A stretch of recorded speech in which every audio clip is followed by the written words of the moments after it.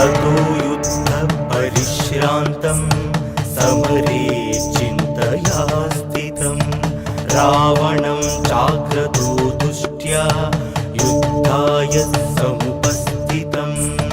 दैवतेश्च समागम्य द्रष्टुमभ्यागतो रणम् उपागम्य भविद्राम मगस्त्यो भगवान् ऋषिः राम राम महाबाहो शृणुगुह्यं सनातनं येन सर्वान् नरीन् वत्सा समरे विजयिष्यसि आदित्यहृदयं पुण्यं सर्वशत्रुविनाशनं जयावहं जपे नित्यमक्षयं परमं शुभं सर्वमङ्गलमाङ्गल्यं सर्वपापप्रणाशनं चिन्ताशोकप्रशमना मयूर्वर्धनमुत्तमं रश्मिमन्तं समुद्यन्तं देवासुर नमस्कृतं पूजयस्व विवस्वन्तं भास्करं भुवनेश्वरं सर्वदेवतात्मको हेश तेजस्वी रश्मिभावनः एष देवासुरगणा लोकान् पातिहवस्तिभिः एष ब्रह्मश्च विष्णुश्च शिवस्कन्दः प्रजापतिः महेन्द्रो धनदत्तालो यमः सोमो ह्यपाम्पतिः वसवः सान्ध्या अश्विनौ मारुतो मनुः वायुर्वह्निः प्रजाः प्राणा ऋतुकर्ता प्रभाकरः आदित्यः सविता सूर्याः खगः पूषा खगस्तिमान् सुवर्णसदृशो भानुः सुवर्णरेता दिवाकरः हरिद्वसा सहस्रार्ची सप्तसप्तिर्मरीचिमान् तिमिरोन्मथन शम्भु सप्ताष्टमार्ताण्डां सुमान् हिरण्यगर्भशिशिर सप्तनो भास्करो रविः अग्निगर्भोदितेः पुत्रा शङ्कः शिशिरनाशनः व्योमनाथस्तमो वेधी रुक्मजु सामपारगः घनवृष्टिरपामित्रो विन्ध्यावीधिप्लवङ्गमः आतपी मण्डली मृत्युः पिङ्गलः सर्वतापनः रविर्विशो महातेजो रक्तः सर्वभवोद्भवः नक्षत्र ग्रहतारणा मधिपो विश्वभावनः तेजसामपि तेजस्वी द्वादशात्मा नमोऽस्तु ते नमः पूर्वाय गिरये पश्चिमायात्रये नमः ज्योतिर्गणानां पतये दिनाधिपतये नमः जयाय जयभद्राय हर्यस्वाय नमो नमः नमो नमः सहस्रांशो आदित्याय नमो नमः नमः उग्राय वीराय सारंगाय नमो नमः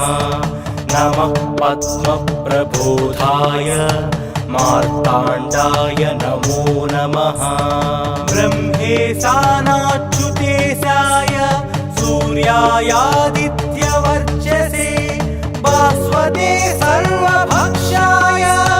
रौद्राय वपुषे नमः तमोघ्नाय हिमघ्नाय शत्रुघ्नाय मितात्मने कृतघ्नघ्नाय देवाय ज्योतिषां पतये नमः सप्तचामीकराभाय वह्नये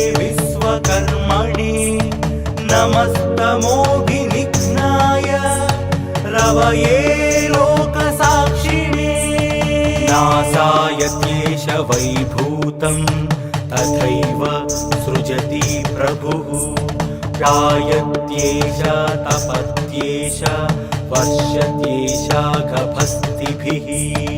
येष सुप्तेषु जाग्रत्ति भूतेषु परिनिष्ठतः येष चैवाग्निहोत्रं च फलं चैवाग्निहोत्रिणा वेदाश्च क्रतवश्चैव क्रतूनां फलमेव च यानि कृत्यानि लोकेषु सर्वयेषु रविः प्रभुः येन मापत्सु कृत्येषु कान्तारेषु भयेषु च कीर्तियन् पुरुषः कश्चिन्नावसीदति राघवा पूजया स्वैनमेकाग्रो देवदेवं जगत्पतिम् एतत् त्रिगुणितं जप्त्या युद्धेषु विजयिष्यसि अस्मिन् क्षणे महाबाहो रावणं त्वं वदिष्यसि एवमुक्त्या तदागस्तो जगाम च यथागतम् एतच्छ्रुत्वा महातेजा नष्टशोको भवत्तदा धारयामास सुप्रीतो राघवः प्रयतात्मवान् आदित्यं प्रेक्ष्य जप्त्यातु परं हर्षमवाप्तनवान् त्रिराचम्य शुचिः भूत्वा धनुरादाय वीर्यवान् रावणं प्रेक्ष्य हृष्टात्मा युद्धाय समुपागमन् सर्वयत्नेन महतावधे तस्य द्रुतोऽभवत् अधरविवदनिरीक्ष्य रामं मुदितमानः परमं प्रहृषमाणः निशिचरपति संशयं विदित्वा सुरगणमध्यगतोत्सर्वरेति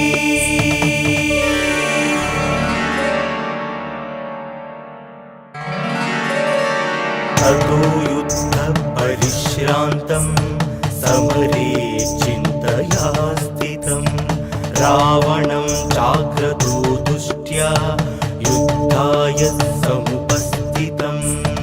दैवतेश्च समागम्य द्रष्टुमभ्यागतो रणम् उपागम्य भविद्राम मगस्त्यो भगवान् ऋषिः राम राम महाबाहो शृणुगुह्यं सनातनं येन सर्वान् नरीन् वत्सा समरे विजयिष्यसि आदित्यहृदयं पुण्यं सर्वशत्रुविनाशनं जयावहं जपे नित्यमक्षयं परमं शुभम् सर्वमङ्गलमाङ्गल्यं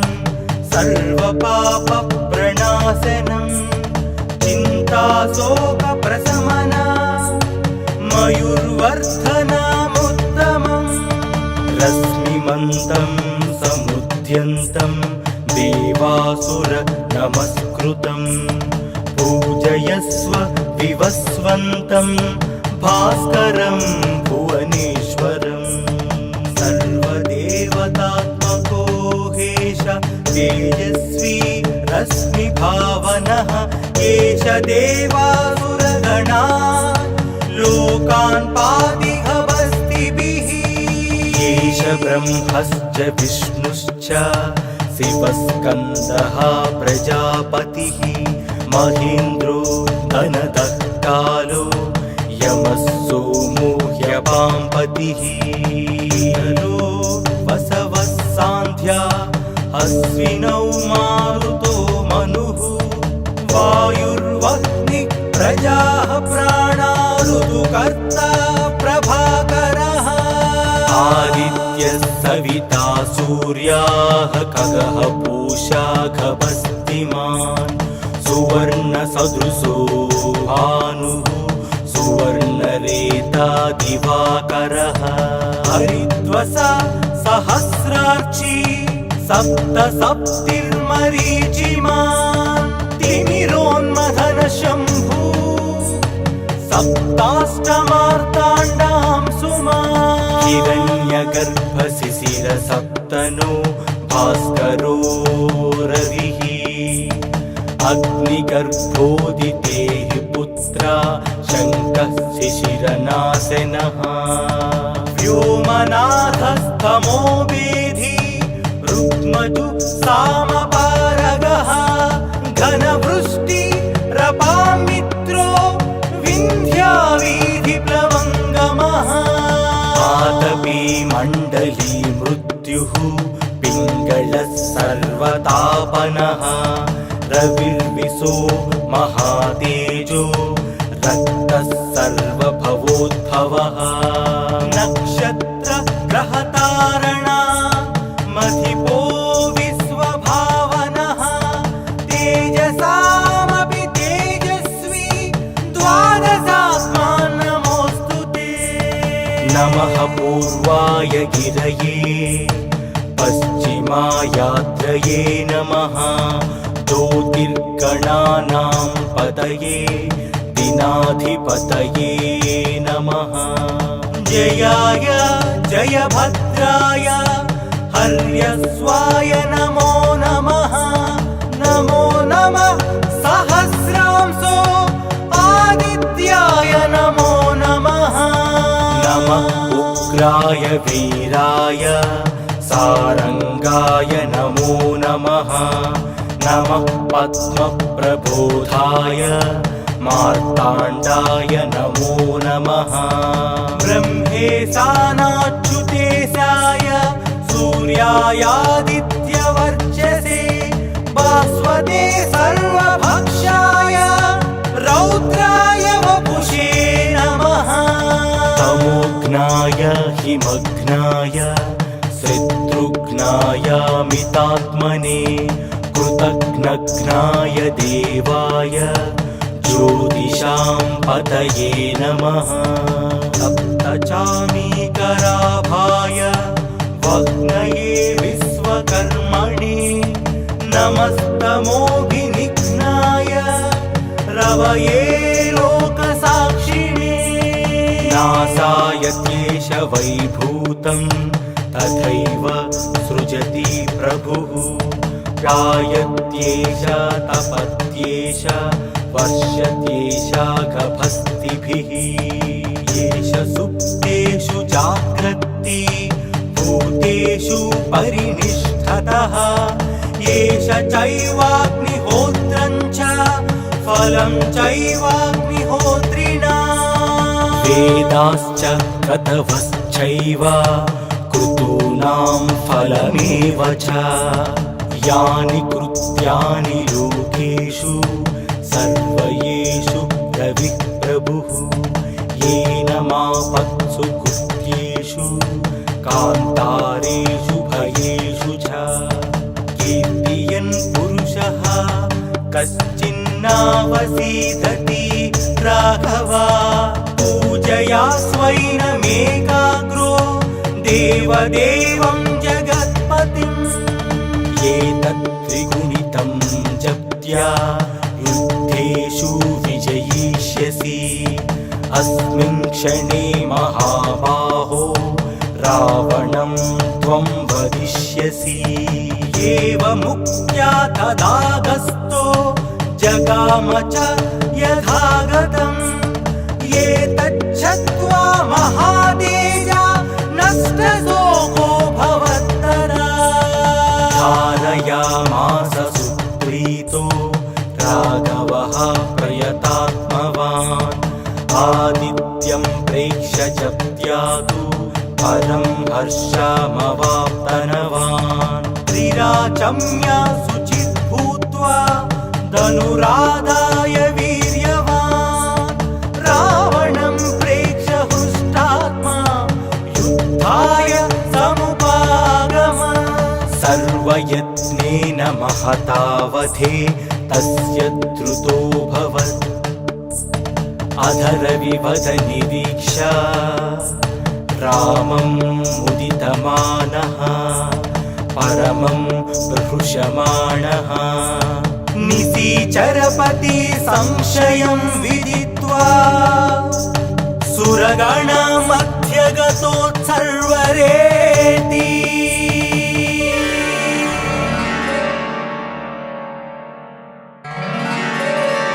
ततो युद्धपरिश्रान्तं समरे चिन्तया स्थितं रावणं चाग्रतो दुष्ट्या युद्धाय समुपस्थितं दैवतेश्च समागम्य द्रष्टुमभ्यागतो रणम् उपागम्य भविद्राम मगस्त्यो भगवान् ऋषिः राम राम महाबाहो शृणुगुह्यं सनातनं येन सर्वान् नरीन् वत्सा समरे विजयिष्यसि आदित्यहृदयं पुण्यं सर्वशत्रुविनाशनं जयावहं जपे नित्यमक्षयं परमं शुभम् सर्वमङ्गलमाङ्गल्यं सर्वपापप्रणाशनं चिन्ताशोकप्रशमना मयूर्वर्धनमुत्तमम् रश्मिमन्तं समुद्यन्तं देवासुर नमस्कृतं पूजयस्व विवस्वन्तं भास्करं भुवनेश्वरम् सर्वदेवतात्मको हेश तेजस्वी रश्मिभावनः एष देवासुरगणा लोकान् पातिहवस्तिभिः एष ब्रह्मश्च विष्णुश्च शिवस्कन्दः प्रजापतिः महेन्द्रो धनदः कालो यमः सोमो ह्यपाम्पतिः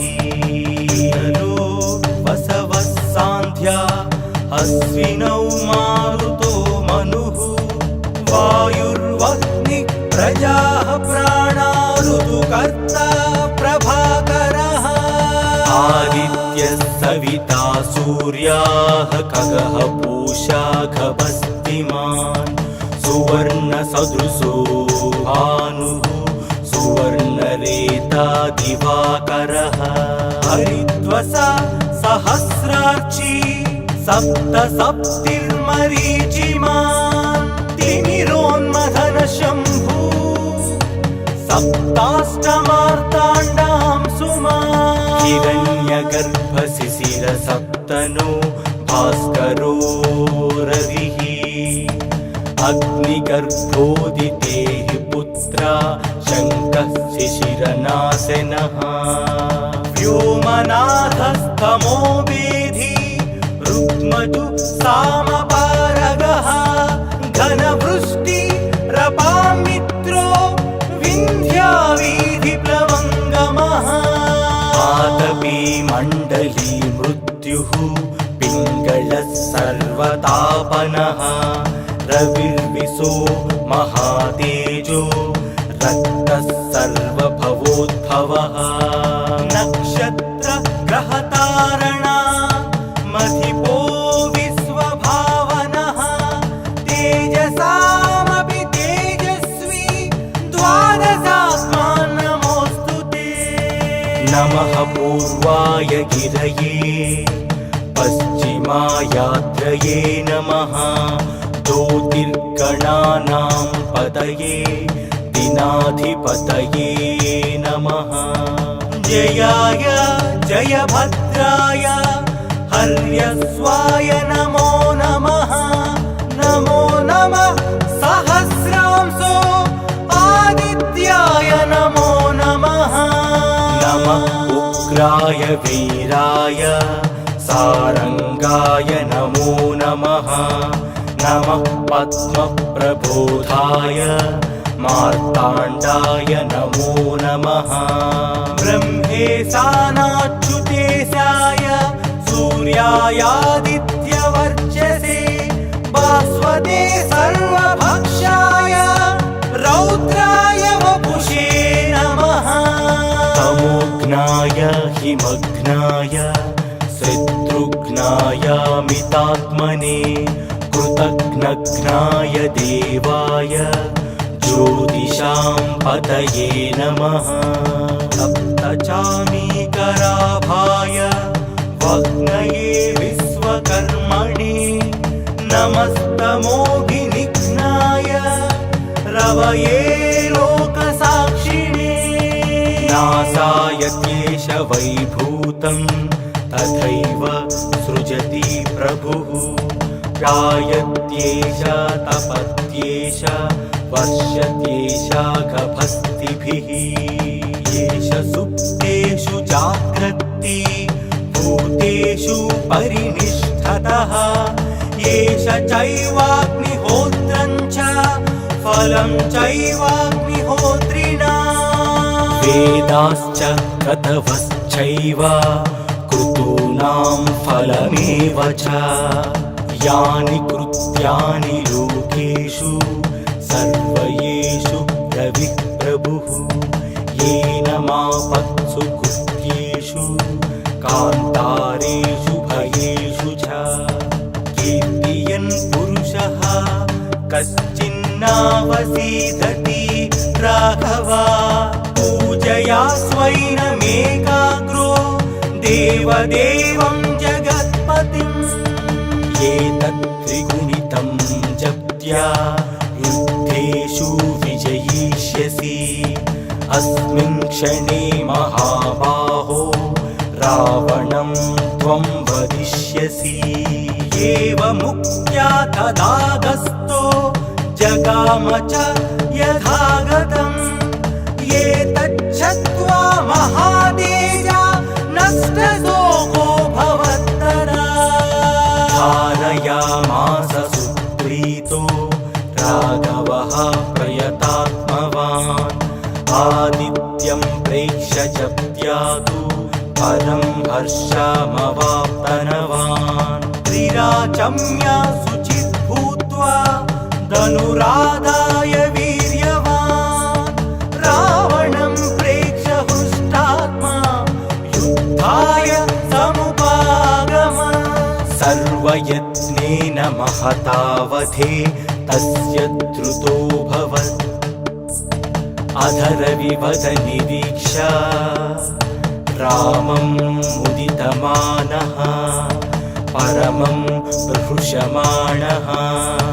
निशीचरपति संशयं विदित्वा सुरगणमध्यगतोत्सर्वरेति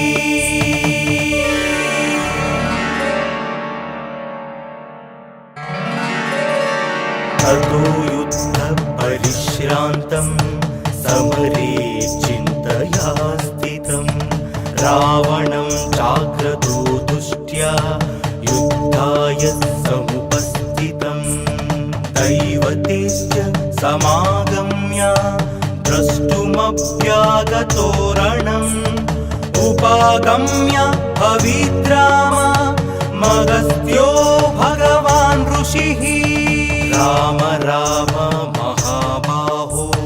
शृणुगुह्यं सनातनं येन सर्वान् नरीन् वत्सा समरे विजयिष्यसि आदित्यहृदयं पुण्यं सर्वशत्रुविनाशनं जयावहं जपे नित्यमक्षयं परमं शुभम् सर्वमङ्गलमाङ्गल्यं सर्वपापप्रणाशनं चिन्ताशोकप्रशमना मयूर्वर्धनमुत्तमम् रश्मिमन्तं समुद्यन्तं देवासुर नमस्कृतं पूजयस्व विवस्वन्तं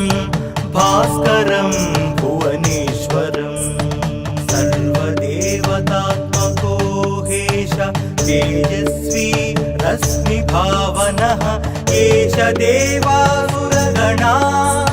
लोकान् पातिहवस्तिभिः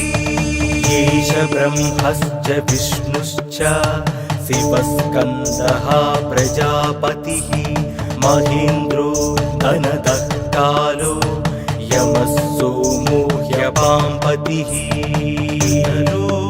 वसवः सान्ध्या अश्विनौ मारुतो मनुः वायुर्वह्निः प्रजाः प्राणा ऋतुकर्ता प्रभाकरः आदित्यः सविता सूर्याः खगः पूषा खगस्तिमान् सुवर्णसदृशो भानुः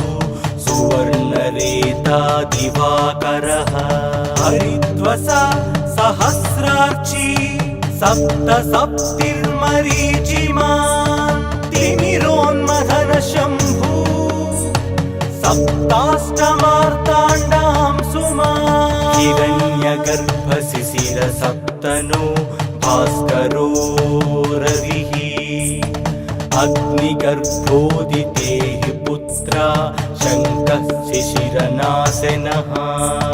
व्योमनाथस्तमो वेधी रुक्मतु सामपारगः घनवृष्टिरपामित्रो विन्ध्यावीधिप्लवङ्गमः आतपी मण्डली मृत्युः पिङ्गलः सर्वतापनः रविर्विशो महातेजो रक्तः सर्वभवोद्भवः नक्षत्र ग्रहतारणा मधिपो विश्वभावनः तेजसामपि तेजस्वी द्वादशात्मा नमोऽस्तु ते नमः पूर्वाय गिरये पश्चिमायात्रये नमः ज्योतिर्गणानां पतये दिनाधिपतये नमः जयाय जयभद्राय हर्यस्वाय नमो नमः नमो नमः सहस्रांशो आदित्याय नमो नमः नमः उग्राय वीराय सारंगाय नमो नमः नमः पद्मप्रबोधाय मार्ताण्डाय नमो नमः ब्रह्मेशानाच्युतेशाय सूर्यायादित्यवर्चसे भास्वते सर्वभक्षाय रौद्राय वपुषे नमः तमोघ्नाय हिमघ्नाय शत्रुघ्नाय मितात्मने कृतघ्नघ्नाय देवाय ज्योतिषां पतये नमः सप्तचामीकराभाय वह्नये विश्वकर्मणे नमस्तमोघिनिघ्नाय रवये लोकसाक्षिणे नासाय केशवैभूतं तथैव सृजति प्रभुः गायत्येष तपत्येष वर्षत्येष गभस्तिभिः येष सुप्तेषु जाग्रत्ति भूतेषु परिनिष्ठतः येष चैवाग्निहोत्रं च फलं चैवाग्निहोत्रिणा वेदाश्च क्रतवश्चैव क्रतूनां फलमेव च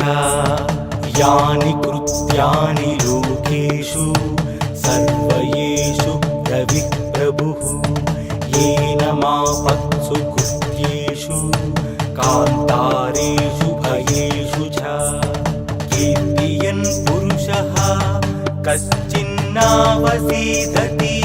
राघवा पूजया स्वैनमेकाग्रो देवदेवं जगत्पतिम् एतत् त्रिगुणितं जप्त्या युद्धेषु विजयिष्यसि अस्मिन् क्षणे महाबाहो रावणं त्वं वदिष्यसि एव मुक्त्या तदागस्तो जगाम च यथागतम् एतच्छ्रुत्वा महातेजा नष्टशोको भवत्तदा धारयामास सुप्रीतो राघवः प्रयतात्मवान् आदित्यं प्रेक्ष्य च त्यातु परं हर्षमवाप्तनवान् त्रिराचम्य शुचित् भूत्वा धनुरादाय वीर्यवान् रावणं प्रेक्ष्य हृष्टात्मा युद्धाय समुपागम सर्वयत्नेन महतावधे तस्य द्रुतोऽभवत् अधरविवदनिरीक्ष्य रामं मुदितमानः परमं प्रहृषमाणः निशिचरपति संशयं विदित्वा सुरगणमध्यगतोत्सर्वरेति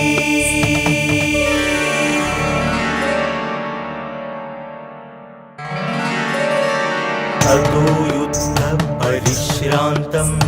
समरे चिन्तया स्थितं रावणं चाग्रतो दुष्ट्या युद्धाय समुपस्थितं दैवतेश्च समागम्य द्रष्टुमप्यागतो रणम् उपागम्य भविद्राम मगस्त्यो भगवान् ऋषिः राम राम महाबाहो सुगुह्यं सनातनं येन सर्वान् नरीन् वत्सा समरे विजयिष्यसि आदित्यहृदयं पुण्यं सर्वशत्रुविनाशनं जयावहं जपे नित्यमक्षयं परमं शुभम् सर्वमङ्गलमाङ्गल्यं सर्वपापप्रणाशनं चिन्ताशोकप्रशमना मयूर्वर्धनमुत्तमम् रश्मिमन्तं समुद्यन्तं देवासुर नमस्कृतं पूजयस्व विवस्वन्तं भास्करं भुवनेश्वरम् सर्वदेवतात्मको हेश तेजस्वी रश्मिभावनः एष देवासुरगणा लोकान् पातिहवस्तिभिः एष ब्रह्मश्च विष्णुश्च शिवस्कन्दः प्रजापतिः महेन्द्रो धनदः कालो यमः सोमो ह्यपाम्पतिः वसवः सान्ध्या अश्विनौ मारुतो मनुः वायुर्वह्निः प्रजाः प्राणा ऋतुकर्ता प्रभाकरः आदित्यः सविता सूर्याः खगः पूषा खगस्तिमान् सुवर्णसदृशो भानुः सुवर्णरेता दिवाकरः हरिद्वसा सहस्राक्षी सप्तसप्तिर्मरीचिमान् तिमिरोन्मथन शम्भु सप्ताष्टमार्ताण्डां सुमान् हिरण्यगर्भशिशिर सप्तनो भास्करो रविः अग्निगर्भोदितेः पुत्रा शङ्कः शिशिरनाशनः व्योमनाथस्तमो वेधी रुक्मजु सामपारगः घनवृष्टि रपामित्रो विन्ध्यावीधिप्लवङ्गमः आतपी मण्डली मृत्युः पिङ्गलः सर्वतापनः रविर्विशो महातेजो रक्तः सर्वभवोद्भवः नक्षत्र ग्रहतारणा मधिपो विश्वभावनः तेजसामपि तेजस्वी द्वादशात्मा नमोऽस्तु पूर्वाय गिरये पश्चिमायात्रये नमः ज्योतिर्गणानां पतये दिनाधिपतये नमः जयाय जयभद्राय हर्यस्वाय नमो नमः नमो नमः सहस्रांशो आदित्याय नमो नमः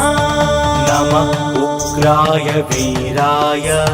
सारंगाय नमो नमः नमः पद्मप्रबोधाय मार्ताण्डाय नमो नमः ब्रह्मेशानाच्युतेशाय सूर्यायादित्यवर्चसे भास्वते सर्वभक्षाय रौद्राय वपुषे नमः तमोघ्नाय हिमघ्नाय शत्रुघ्नाय मितात्मने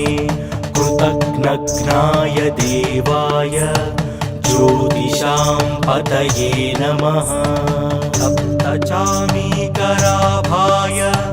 वग्नये विश्वकर्मणे नमस्तमोभिनिघ्नाय रवये लोकसाक्षिणे नासाय केशवैभूतं तथैव सृजति प्रभुः जायत्येष तपत्येष वर्षत्येष गभस्तिभिः येष सुप्तेषु जाग्रत्ति भूतेषु परिनिष्ठतः येष चैवाग्निहोत्रं च फलं चैवाग्निहोत्रिणा वेदाश्च क्रतवश्चैव क्रतूनां फलमेव च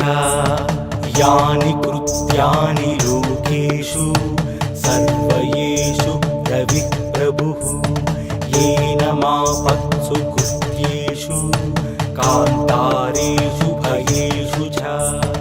कीर्तियन् पुरुषः कश्चिन्नावसीदति राघवा पूजया स्वैनमेकाग्रो देवदेवं जगत्पतिम् एतत् त्रिगुणितं जप्त्या युद्धेषु विजयिष्यसि अस्मिन् क्षणे महाबाहो रावणं त्वं वदिष्यसि एवमुक्त्या तदागस्तो जगाम च यथागतम् एतच्छ्रुत्वा महातेजा नष्टशोको भवत्तरा धारयामास सुप्रीतो राघवः प्रयतात्मवान् आदित्यं प्रेक्ष्य जप्त्यातु परं हर्षमवाप्तनवान् त्रिराचम्य शुचित् भूत्वा धनुराधाय वीर्यवान् रावणं प्रेक्ष्य हृष्टात्मा युद्धाय समुपागम सर्वयत्नेन महतावधे तस्य द्रुतोऽभवत् अधरविवदनिरीक्ष्य रामं मुदितमानः परमं प्रहृषमाणः निशिचरपति संशयं विदित्वा सुरगणमध्यगतो